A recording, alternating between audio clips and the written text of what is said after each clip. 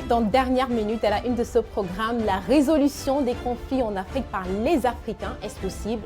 Le cas de l'Éthiopie nous intéressera. Il y aura surtout notre invité spécial, Amadou Lamine Faye, ancien ministre sénégalais, qui a fait le déplacement depuis Dakar pour répondre à notre invitation ici, dans ce studio. Comme on peut déjà apercevoir en image, son arrivée, tout un dispositif pour l'accueillir. Oui, plutôt bien conservé pour son âge. Là, il met une belle djellaba beige, ce qui nous fait penser au talent couturier sénégalais.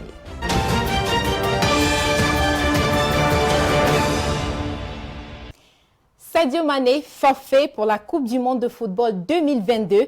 Nos confrères du journal L'équipe l'ont annoncé et depuis, la nouvelle crée de l'émoi à Dakar. Nous irons justement là-bas retrouver notre correspondant Ibrahima Aliousso. Ensuite, cap sur Lomé au Togo. Que se passe-t-il là-bas? Nous y retrouverons en direct l'invité culture d'Emilie Somba. Emilie Somba, qu'on voit d'ailleurs en ce moment en salle de maquillage. L'indépendance des pays africains a vu la naissance des conflits dus à l'apparition des frontières érigées par les colonisateurs. L'Afrique aujourd'hui totalise une grande part de conflits dans le monde. Il y a quelques années, sur 385 conflits, 95 étaient concentrés sur le continent.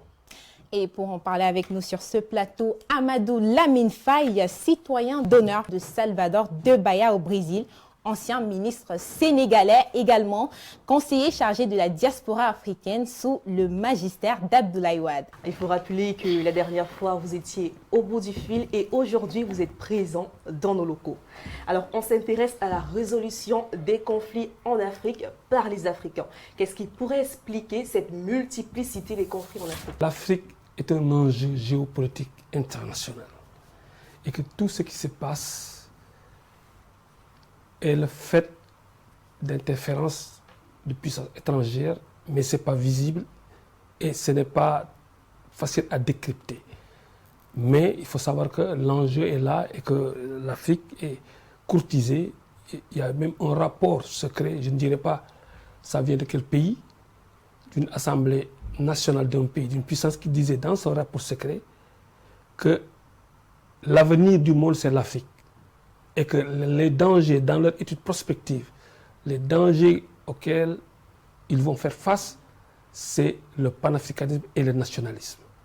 Et que pour pouvoir, enfin, mettre la main sur l'Afrique, il faut faire face à ces potentiels adversaires. Novembre 2020 à novembre 2022, 2 ans que l'Éthiopie a frôlé une guerre civile. Au départ du conflit, le mal-être d'une minorité, celle de la région du Tigré. Truly believe peace is a way of life, war a form of death and destruction. L'ennemi vient vers nous pacifiquement. Donc on peut le détruire par la paix ou par la force. On utilise les deux moyens, mais la plus grande pression est exercée par nos soldats. Dans cet élément, voilà la détermination du Front de libération du peuple du Tigré.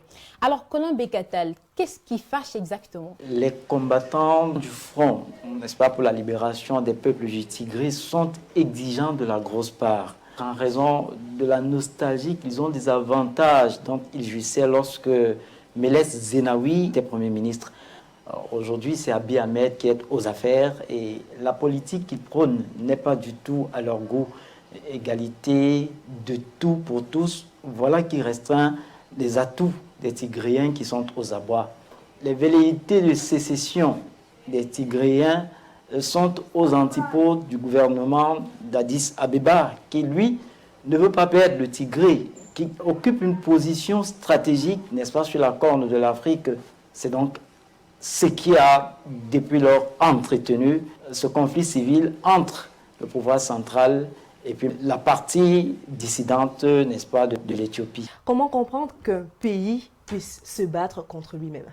Si dans un État fédéral, vous permettez à chaque État membre d'avoir sa propre armée, l'État fédéral risque d'avoir des velléités de conflits meurtriers, puisque c'est des armées qui vont s'affronter. C'est le cas de l'État fédéral éthiopien. Donc la première mesure à faire pour sécuriser un État fédéral, c'est de faire de l'armée de chaque pays une armée fédérale. C'est-à-dire déposséder chaque armée de chaque pays de l'armée et de lui laisser simplement une police de maintien de l'ordre.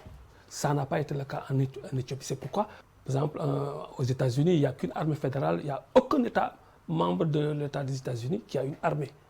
Mais voilà la faiblesse de l'Éthiopie. Et justement, les puissances étrangères qui sont intéressées par le fait qu'ils veulent avoir la main sur l'Éthiopie, parce que l'Éthiopie est traversée par un grand fleuve où il y a eu un grand projet de barrage qu'on appelle le barrage de la Renaissance africaine, qui pose problème géopolitique. Et à partir de ce problème géopolitique, il y a eu des conflits qui ont fait intervenir les États-Unis, l'Égypte. Et maintenant, il faut faire cette approche globale. D'ailleurs, je salue votre télévision qui s'appelle Global, parce que c'est la pensée globale qui est aujourd'hui l'outil maîtresse qui permet de comprendre les enjeux géopolitiques africains. Et c'est juste de dire que donc il faut une fois faire une pensée globale avec un paradigme panafricain qui permet de faire une lecture des ressources historiques pour comprendre ce qui se passe en Éthiopie.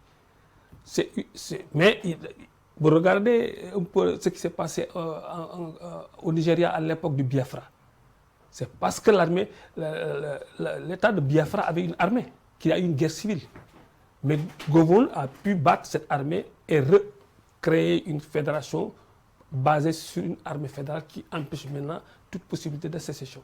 L'un de nos consultants, Morgan Palmer, avait été interrogé sur la question par l'un de nos confrères de RT France. Est-ce que l'armée éthiopienne, jusque-là, a pu compter sur la population ou alors, finalement, le peuple est assez divisé? Bon, on ne peut pas parler de division parce que aujourd'hui, les rebelles, c'est qui? Les rebelles viennent de la région du Tigré. C'est 6% de la population de l'Éthiopie, hein, ça il faut le savoir. Donc 6% qui avaient quand même réussi à marcher sur Addis Abeba en 1991, amenant donc le TPLF au pouvoir avec Meles Zenawi. Donc c'est dire qu'on ne peut pas sous-estimer, même si sur le plan numérique et sur le plan de la démographie, c'est une frange minoritaire, mais on ne peut pas sous-estimer leur capacité de nuisance. Et après une semaine de pourparlers et de négociations de paix en Afrique du Sud organisée par l'Union africaine, le Front de libération du peuple de Tigré et la République fédérale d'Éthiopie ont convenu de déposer les armes et mettre fin aux hostilités. Les échanges entre les parties ont été conduits par l'ancien président du Nigeria, Olusegun Obasanjo, qui a agi en tant que médiateur de l'Union africaine. Parties in the Ethiopian conflict have formally agreed to the cessation of hostilities, as well as to systematic, orderly, smooth, and coordinated disarmament, restoration of law and order, restoration of services, unhindered access to humanitarian supplies.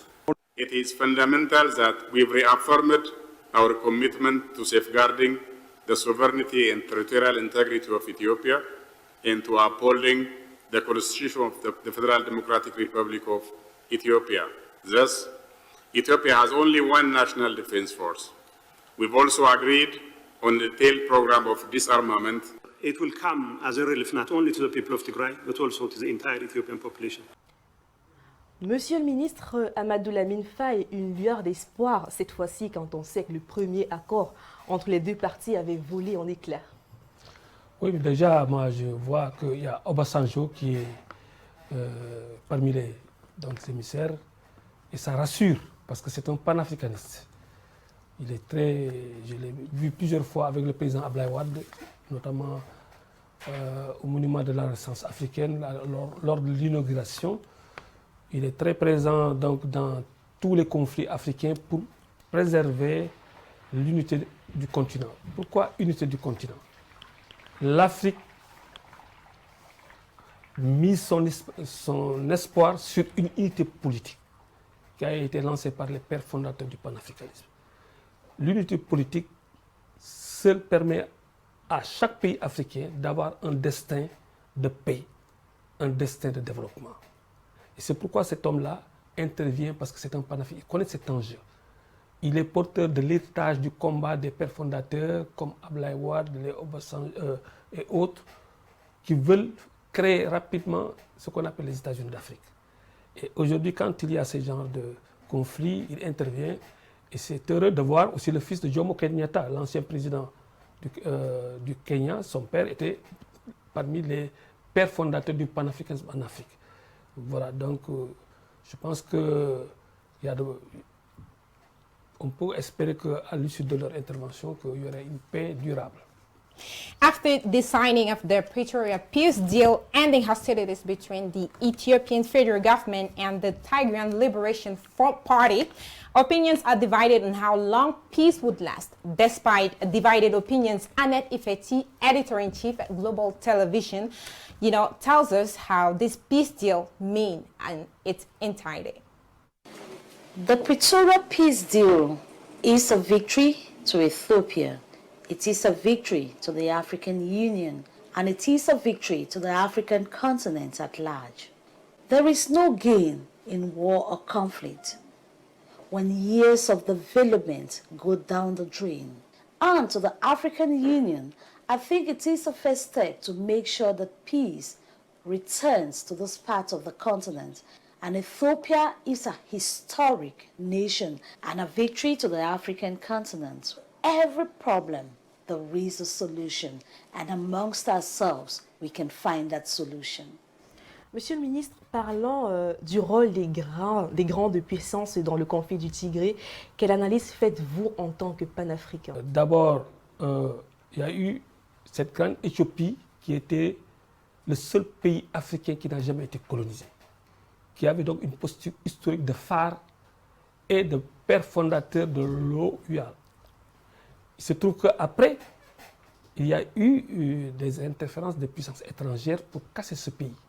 Parce que ce qui se passe dans le monde, c'est qu'il y a les velléités d'un monde unipolaire qui veut que plus aucun grand ensemble au monde ne doit subsister, à part les États-Unis d'Afrique. Même l'Europe est menacée dans son unité, à fortiori de l'Afrique.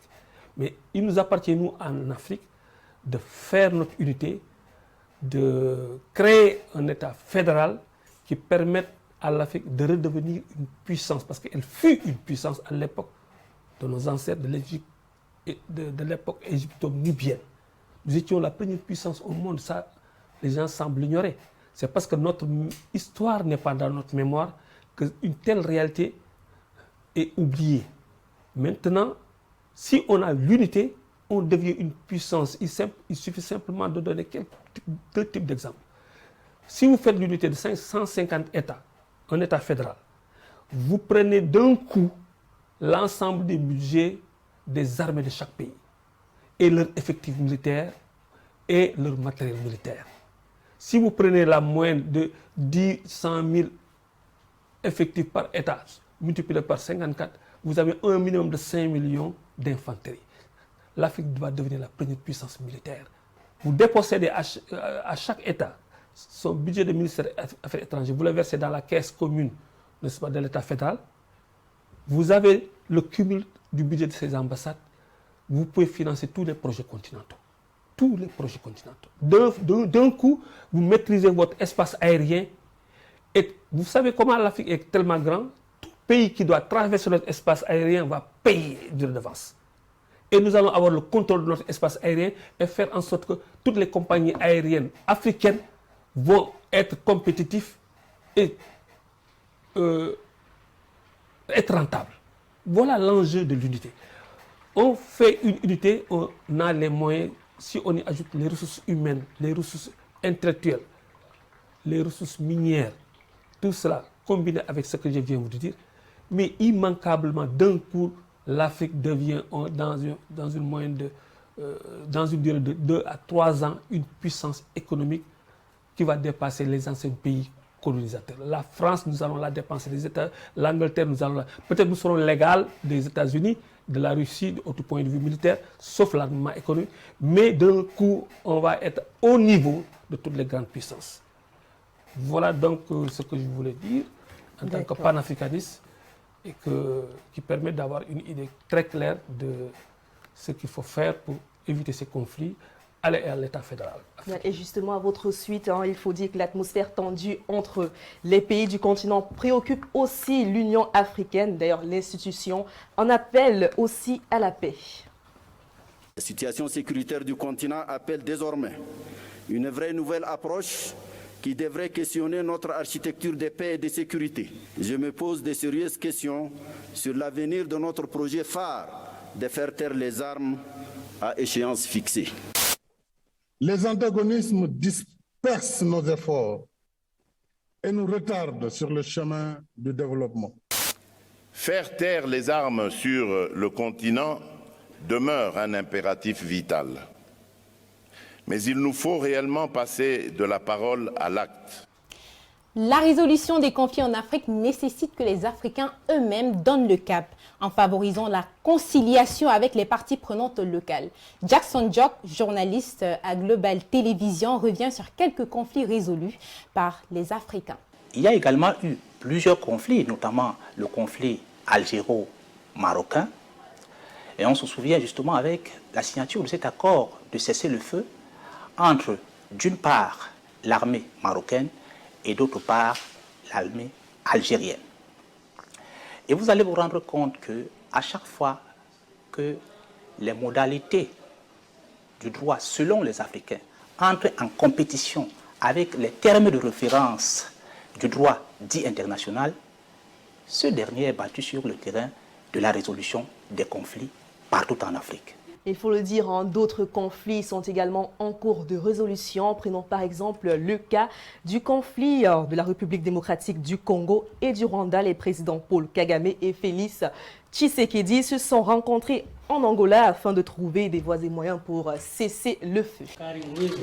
Comme l'a dit le président Lorenzo, il s'agit de rétablir la confiance entre nos deux pays et surtout nos deux peuples.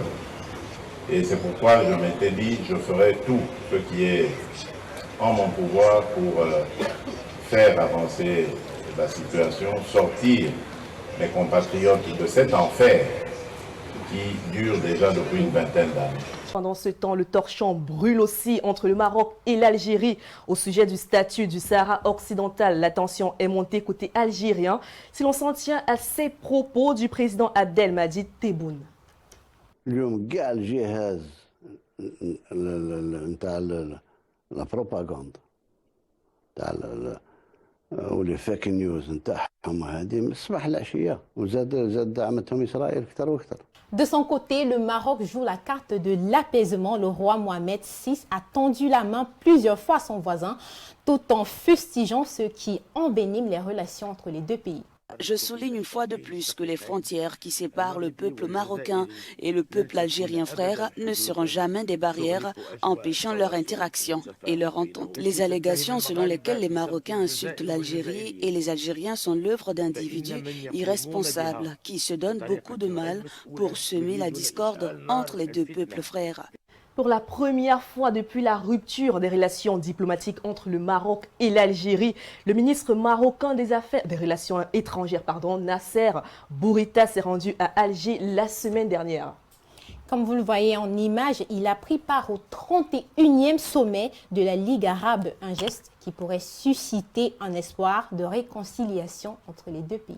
Monsieur le ministre Amadou Lamine Faye, quand on observe la situation entre le Rwanda et la RDC, le Maroc et l'Algérie, est-ce un signe du destin? Mais ce n'est pas un signe du destin, c'est plutôt des accidents politiques, mais des accidents provoqués.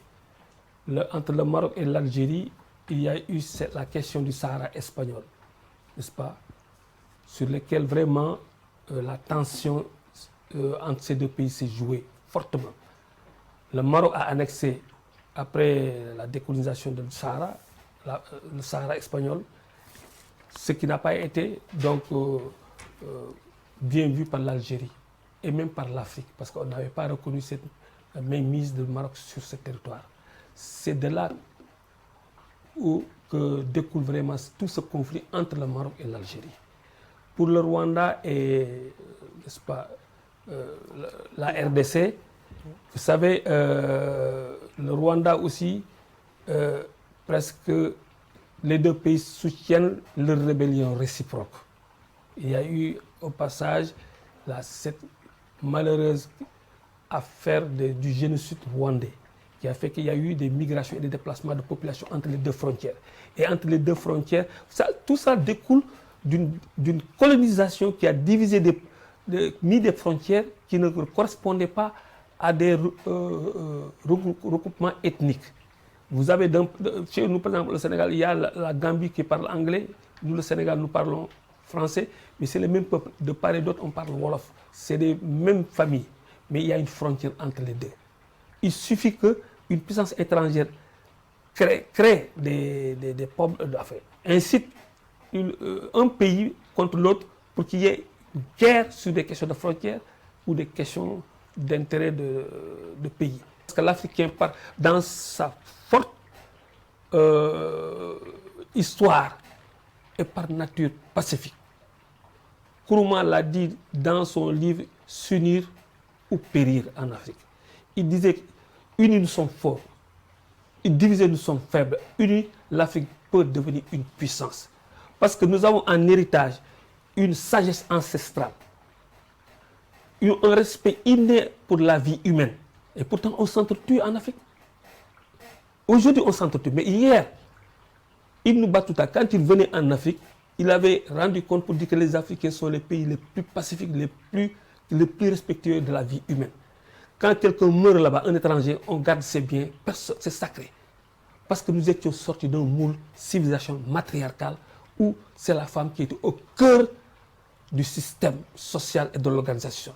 Et quand la femme est au cœur du système social, c'est le principe de vie, la sauvegarde de la vie. Parce que la maternité, celui qui la porte, sait ce que c'est que la vie. Et c'est pourquoi nous, notre civilisation a été porteuse de paix, protectrice de la vie. Mais c'est la colonisation qui est venue nous introduire d'autres réflexes, d'autres valeurs qu'il faut qu'on s'entretue, mais qui ne correspondent pas à notre histoire, qui ne correspondent pas à notre ontologie. Il faut donc, nous, les panafricanistes, nous proposons de faire un retour à la conscience historique que demandait Cheikh Anta Diop. La conscience historique, ça nous permet de savoir qui nous sommes, d'où nous venons et ce qu'on peut faire. Et c'est ça que les puissances étrangères ne veulent pas qu'on prenne comme conscience. Parce que c'est ça notre force. Parce que unis, l'Afrique va redevenir la première puissance du monde. On a toutes les richesses du monde. Tous les peuples s'enrichissent de l'Afrique en exploitant ces richesses. Et pourtant, nous sommes riches et pauvres. Il faut qu'on s'en sorte par un esprit panafricain.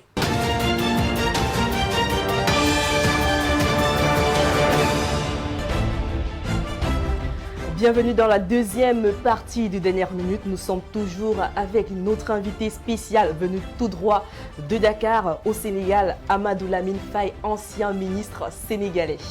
Place à présent à la Coupe du Monde de football 2022, une compétition qui pourrait connaître l'absence de Sadio Mané blessé en club mardi dernier. Dans les rues de Dakar au Sénégal, la nouvelle de sa blessure crée l'émoi. Les fans sont de plus en plus inquiets. Ah oui, ça sera un grand coup contre le Sénégal, hein, parce que Sadio Mané est c'est notre plus grand joueur. Hein. Sans lui, nos chances seront effectivement diminuées. Jusqu'à dernière minute, Sadio Mané peut jouer en Ligue nationale du Sénégal. Bon, c'est très déplorable depuis ce matin, dès que j'ai entendu ça. Bon, presque, pour dire même ça commence à gâter ma journée. Mais on dit Alhamdulillah, il y a toujours le bon Dieu qui est là. S'il décide que Sadio Mané va jouer au Coupe du Monde, on n'y peut rien. S'il ne décide pas que Sadio Mané ne va pas jouer aussi, on n'y pourra rien du tout.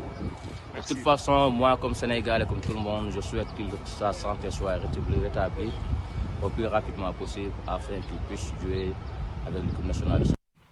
Monsieur le ministre Amadou Lamine Faye, le football vous parle certainement quand on sait que le Sénégal, votre pays, est champion d'Afrique en titre. L'état de santé physique de Sadio Mané préoccupe.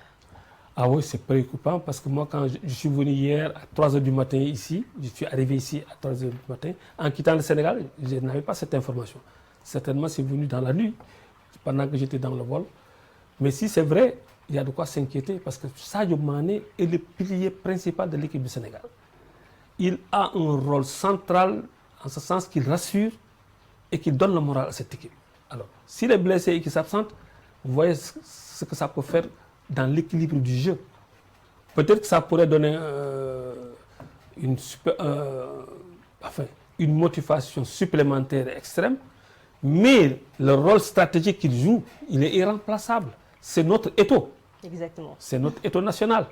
Vraiment, c'est le sentiment des Sénégalais. Il y a de quoi s'inquiéter. J'espère que ce n'est pas grave et que nous souhaitons que les marabouts du Sénégal prient. En tout cas, c'est une actualité qu'on va suivre de près.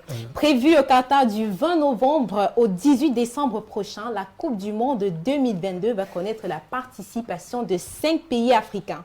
Un nombre jugé insignifiant si l'on s'en tient aux déclarations de certains acteurs du football. Notre continent a ses 5 meilleurs représentants, même si j'aurais souhaité que ce soit beaucoup plus, parce que nous avons quand même la confédération qui compte le plus grand nombre de fédérations, 54. Et je pense qu'il est important qu'on ait plus de place.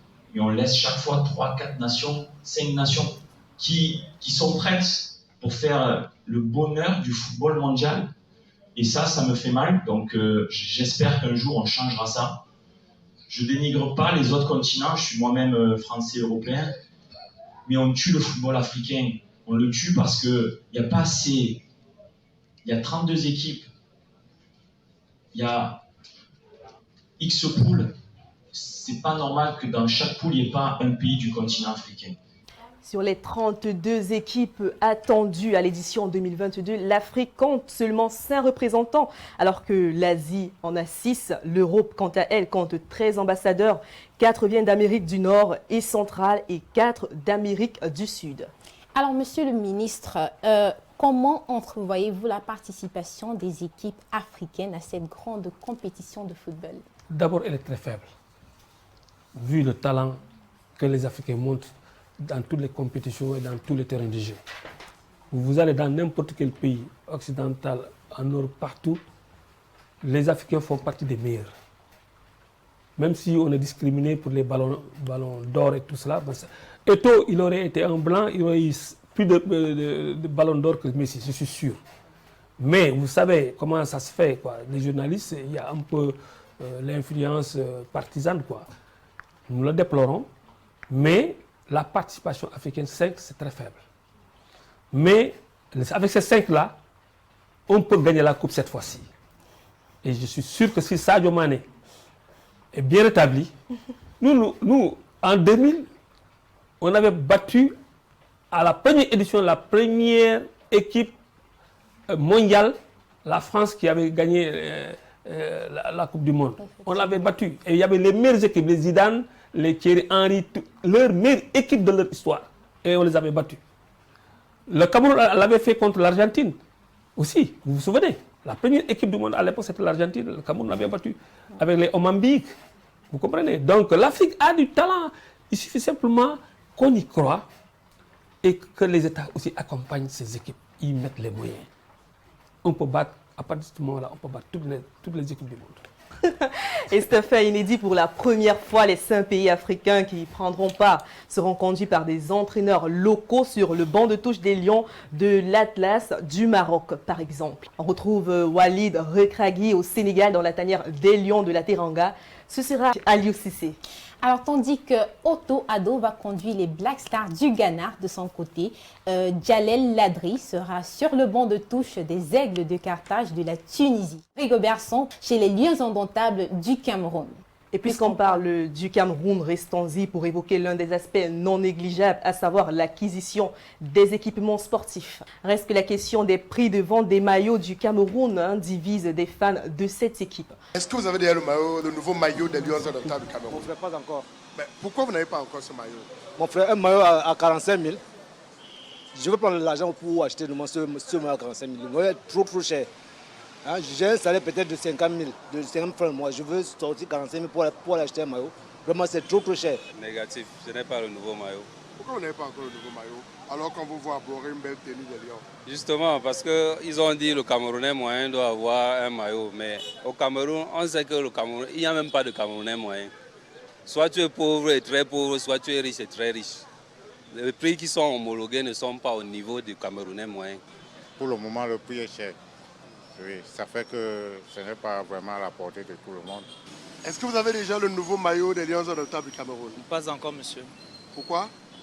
Les temps sont durs, on ne parvient pas à joindre les deux bouts et c'est ça un peu qui nuit.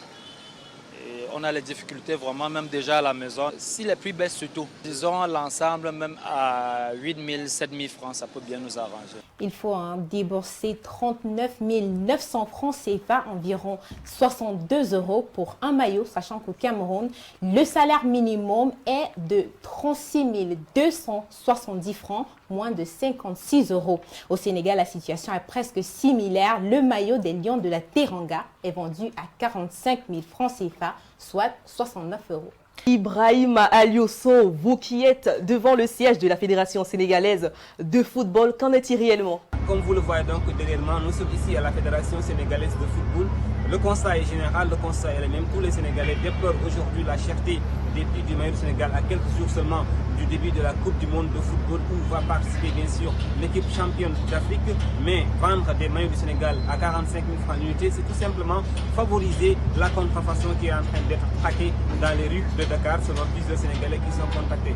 Mais également, nous le savons, ça respecte partout. Alors merci à vous Ibrahima, vous avez également recueilli quelques avis des Sénégalais sur la question. Vraiment, c'est trop cher parce que la vie est dure. Tout le monde ne peut pas acheter un moyen de 45 000. Au moins on peut faire un moyen de 15 000 ou bien 25 000 maximum ou bien 30 000. Parce que les gens, on n'a pas d'argent. Dans les grandes équipes européennes, les maillots on les vend trop cher. Mais on doit aussi faire des maillots pour le bas peuple, les gens qui n'ont pas les moyens. Il y a des Sénégalais qui veulent ces maillots, mais malheureusement, ils n'auront pas l'argent pour acheter ça. Par contre, j'aimerais voir si on diminue le prix, ça sera mieux, quoi. Comme ça, tous les Sénégalais auront accès à ces maillots. 45 000 francs, c'est exorbitant. Oui, c'est vraiment cher. Les prix sont hors de portée de plusieurs bourses ici au Sénégal dans un contexte économique très incertain.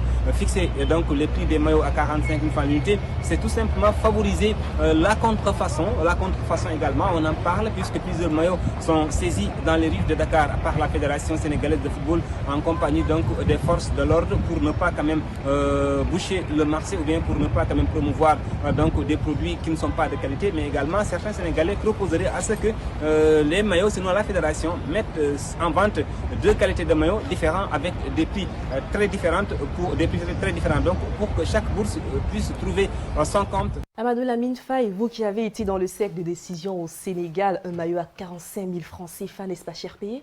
Non, c'est trop cher payé et je ne comprends pas cette rationalité. Le football, c'est le sport le plus populaire.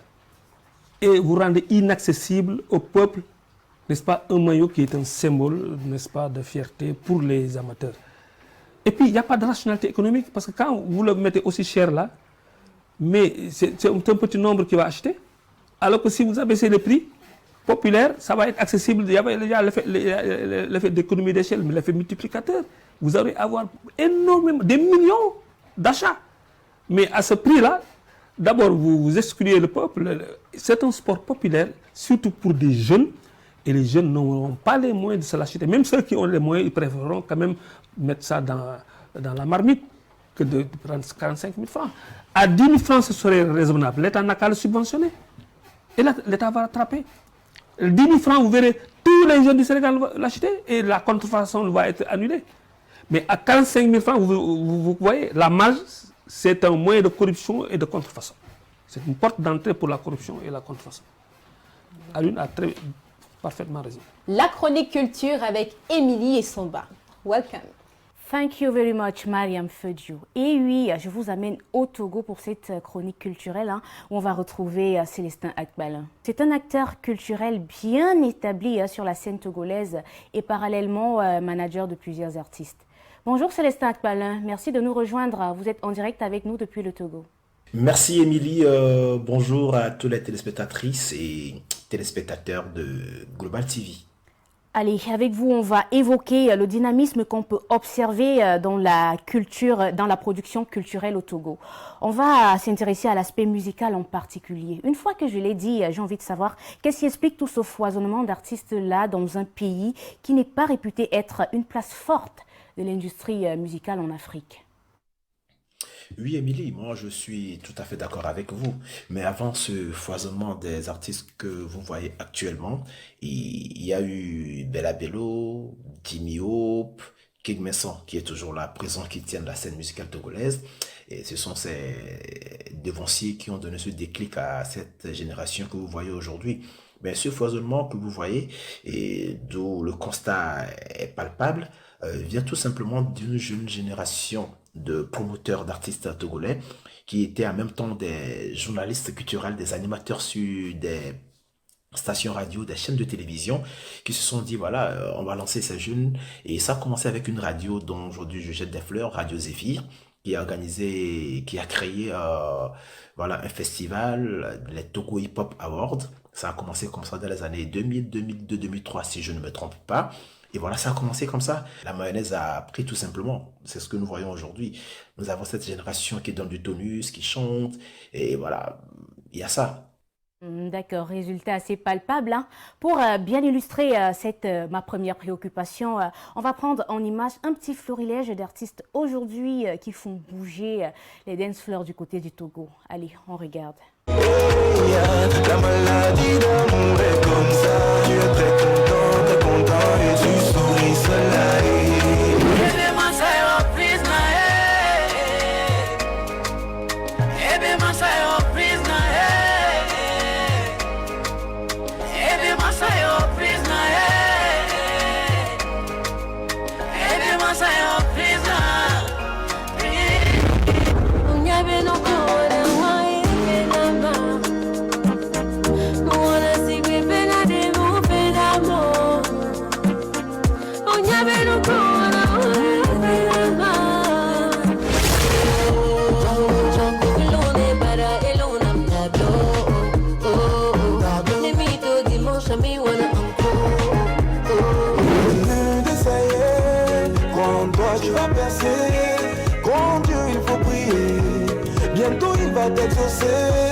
Continue d'essayer. Crois en toi, je vais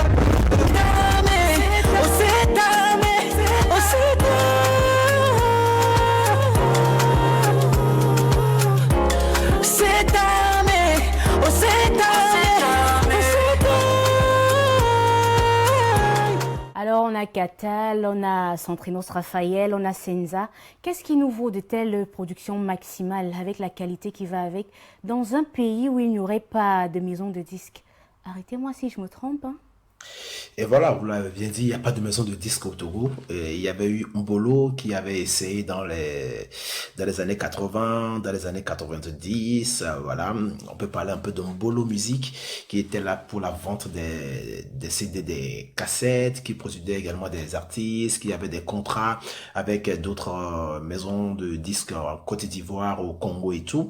Mais présentement, il n'y en a plus en tant que tel, mais il y a des maisons de production. Il y a des studios d'arrangement, il y a des maisons qui gèrent tout ce qui est clips vidéo et tout. Et même on n'a rien à envier à des clips qui nous viennent de l'étranger. Vous avez même fait le constat. Donc voilà, quand on prend par exemple Senza a débuté avec un groupe, le groupe des Seeds, qui était l'un des meilleurs groupes togolais. Voilà, ce groupe qui est parti à l'étranger aujourd'hui, où les membres, chacun a pris son chemin. Mais Senza fait partie de celle-là qui a pu, voilà, elle a voulu rester, faire ce qu'elle aime. Voilà, vous avez pris des exemples que moi j'aime bien. Senza, voilà, qui a commencé, ça fait longtemps, qui sait ce qu'elle est venue faire. Vous avez pris Centrinos, qui est bien régi par une belle maison de production. Vous avez Catal également, qui est produite par G-Black Productions. Et d'où la promotion et la communication est confiée à ma maison de production qui est à Zangounon.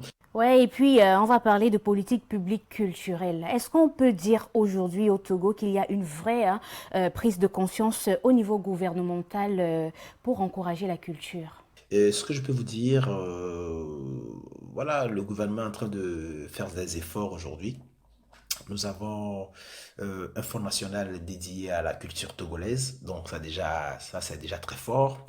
Il y a également le chef de l'État qui souvent aide des événements. Aujourd'hui, il y a une structure au Togo qui s'appelle Aquesta. Tous les grands événements de Aquestar sont soutenus par le président de la République du Togo, c'est à saluer. Alors pour l'imagerie populaire, le look, c'est ce qui compte en premier. Il faut avoir des cheveux tressés, des abdos, faire des plans torse nu, style vestimentaire assez aguicheur quand même. J'ai envie de savoir, c'est une initiative personnelle ou c'est une initiative du manager relooker tous ces artistes de cette façon? En plus simple, est-ce qu'on pourrait dire tout simplement que le physique aurait un lien direct avec cette montée fulgurante d'artistes au Togo? Oui, ça fait partie du travail. Ça, c'est la communication. Voilà, quand vous voyez des artistes aujourd'hui, il te faut un style, il faut que vous soyez un peu différent des autres. Il te faut un style. Moi, j'ai un artiste togolais que j'apprécie aujourd'hui en matière de son style, c'est Lord Carlos, que vous aurez peut-être l'occasion de voir bientôt sur votre chaîne de télévision. Voilà, quand vous le voyez, il s'habille, il a un chapeau, et lui, il n'a pas une ceinture, il met plutôt un fil à la place, il porte toujours des pantalons un peu bas à la vintage. Il a un style particulier. Alors, en l'absence de marché local, de quoi vivent concrètement ces artistes? Ces artistes vivent de leur art, si je peux le dire également. Voilà. Et bien oui, bien sûr. Et ils ont des concerts, ils ont leur cachet. C'est pas tous les artistes. Hein. Quand moi je parle d'artistes, ce sont des artistes, voilà, qui font du bon travail, du bon boulot. Donc oui, ils vivent de leur art, ils vivent de leur métier. Et il y a deux artistes qui sont très intelligents également. Tout ce qu'ils ont comme finance, comme sous, ils les remettent tout simplement dans d'autres activités. Okay. Merci pour ce moment de riche échange, de partage, tout ce qui va avec. Célestin Akbalin, merci vraiment. Ok, Émilie, voilà, beau moment partagé également avec vous, plaisir partagé. Je dis merci à Global TV pour cette initiative, également cette belle rubrique. Et je rappelle à votre suite que vous êtes journaliste, promoteur culturel et patron du label Azangounon.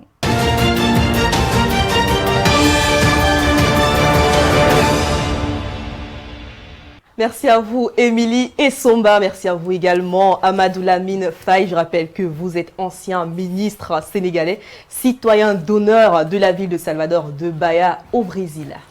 Thank you all for having listened. Programs continue on Global TV.